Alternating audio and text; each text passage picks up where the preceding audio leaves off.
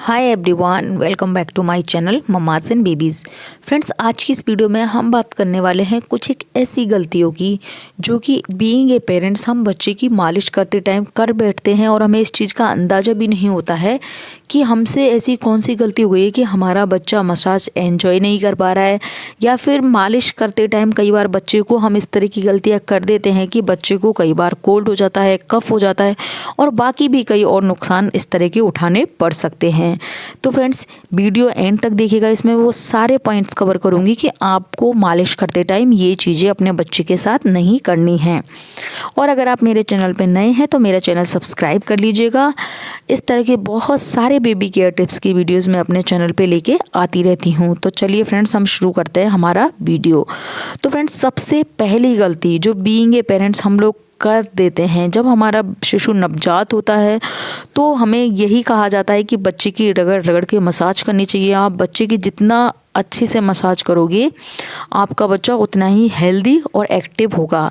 लेकिन फ्रेंड्स, ये पूरी तरह से मिथ है। अगर आपका शिशु नवजात है और अभी अभी हुआ है तो आपने देखा होगा बहुत सारी मालिश वाली उनके हाथ पैरों को इतनी ज़ोर से घिस देती हैं, जो कि बच्चे के लिए सही नहीं होता है। आपका बच्चा बहुत डेलिकेट होता है, जब वो होता है तो उसकी स्किन बहुत सॉफ्ट होती है। तो जब आप बच्चे की मसाज करें, न्यूबॉर्न बेबी की, तो बहुत ही जेंटली करें, यानी कि बहुत ही सॉफ्ट हैंड से करें। और बच्चा रो रहा है और उसको रगड़ने में लग रहे हैं तो इस तरह की आप मसाज वाली भी अगर आपकी मसाज करती है बेबी की, तो आप उनसे कहें कि आप बच्चे की मसाज थोड़ा सा सॉफ्ट हैंड से करें।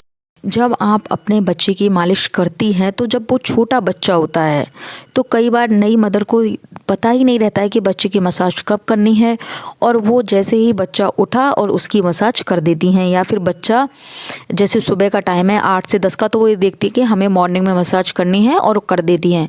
तो फ्रेंड्स, आपको एक चीज़ ध्यान रखनी है कि आपका बच्चा अगर रो रहा है तो आप उसकी मसाज नहीं करें। जब तक आपका बच्चे का मूड सही नहीं है और आपका बच्चे का पेट भरा नहीं है, तब तक अगर आप उसको मसाज देंगी तो बेशक बच्चा रोएगा और मसाज को बिल्कुल एंजॉय नहीं करेगा। और अगर आपके बच्चे का मूड सही है, वो खेल रहा है, ऐसी कंडीशन में आप बच्चे की मसाज करती हैं तो बच्चा मसाज को बहुत एंजॉय करता है।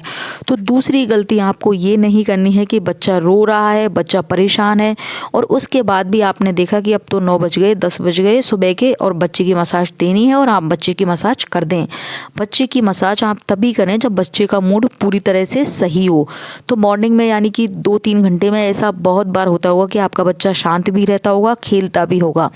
तो आप ऐसे अगर बच्चे की मसाज करेंगी तो बच्चा बिल्कुल नहीं रोएगा और मसाज को एंजॉय करेगा।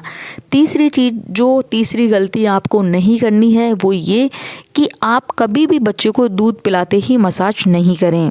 जी हाँ, आपको मसाज से लेके, दूध पिलाने से लेकर और मसाज करने तक कम से कम आपको 30 मिनट का गैप रखना है। और 15 मिनट से पहले तो आप बिल्कुल ही नहीं करें। यानी कि आपने अगर बच्चे को दूध पिलाया है तो कम से कम आप 30 मिनट का वेट करें, और अगर आप 30 मिनट का वेट नहीं कर सकती तो 15 से 20 मिनट का आप वेट करें, उसके बाद ही बच्चे की मसाज करें। बच्चे को दूध पिलाने के बाद एकदम से मसाज नहीं करनी चाहिए, ये बच्चे के लिए सही नहीं रहती है। आपको बच्चे को वेदर के अकॉर्डिंग ही मसाज देनी चाहिए। फ्रेंड्स, अगर आपका बच्चा सर्दी के मौसम में पैदा हुआ है या फिर आप सर्दी में बच्चे को मसाज दे रही हैं, तो आप ये पहले कंफर्म कर ले कि कहीं आपका रूम बहुत ज़्यादा ठंडा तो नहीं है। अगर आपका रूम बहुत ठंडा है तो आपको हीटर चला के उसको थोड़ा सा गर्म कर लेना चाहिए, और रूम टेम्परेचर पे तो कम से कम आपके रूम को होना ही चाहिए। और ज़्यादा सर्दी है तो आपके रूम को थोड़ा सा आप गर्म करें, उसके बाद ही आप बच्चे की मसाज करें, नहीं तो बच्चे को सर्दी लगेगी और बच्चा मसाज बिल्कुल एंजॉय नहीं कर पाएगा। इसलिए ज़्यादा गर्मी में और ज़्यादा सर्दी में आपको मसाज नहीं करनी है। आपको जब मसाज करनी है गर्मी के मौसम में, तब आपको रूम टेम्परेचर पे करनी है, और सर्दी के मौसम में करनी है तो आपको रूम थोड़ा सा गर्म करना पड़ेगा। कई पेरेंट्स बच्चे को मसाज करते ही नहला देते हैं, जो कि एक बहुत बड़ी गलती है। क्योंकि आपकी बॉडी, जब आप बच्चे की मसाज करते हो तो बच्चे की बॉडी एकदम से वार्म यानी कि गर्म हो जाती है, और आप जैसे ही उसको नहला दोगे तो वो उसकी सेहत के लिए अच्छा नहीं रहता।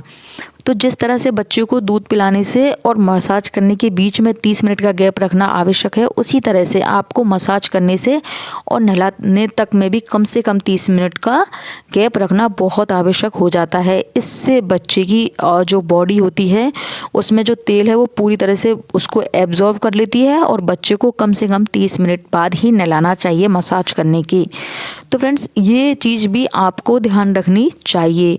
इसके अलावा फ्रेंड्स कई बच्चे होते हैं जो मसाज एंजॉय नहीं कर पाते हैं, कई बच्चे होते हैं उसका मूड भी सही है, आप मसाज करोगे रोने लग जाता है। तो आप ऐसे में बच्चे को रंग बिरंगे टॉयज़ भी दे सकती हैं जब आपका बच्चा थोड़ा सा समझदार हो जाए। 4-5 महीने का बच्चा अगर आप उसको रंग बिरंगे टॉयज़ आसपास लटका के या फिर आसपास कहीं रख के बच्चे की मसाज करेंगी तो बच्चा ज़रूर उसको देखेगा और नोटिस करेगा। इसके अलावा फ्रेंड्स अगर आप अभी अभी माँ बनी हैं तो आप कोशिश करें, अगर आप पूरी तरह से सही हो गई हैं यानी कि 1 हफ्ते 2 हफ्ते बाद, तो आप कोशिश करें कि आप अपने बच्चे की मसाज खुद करें।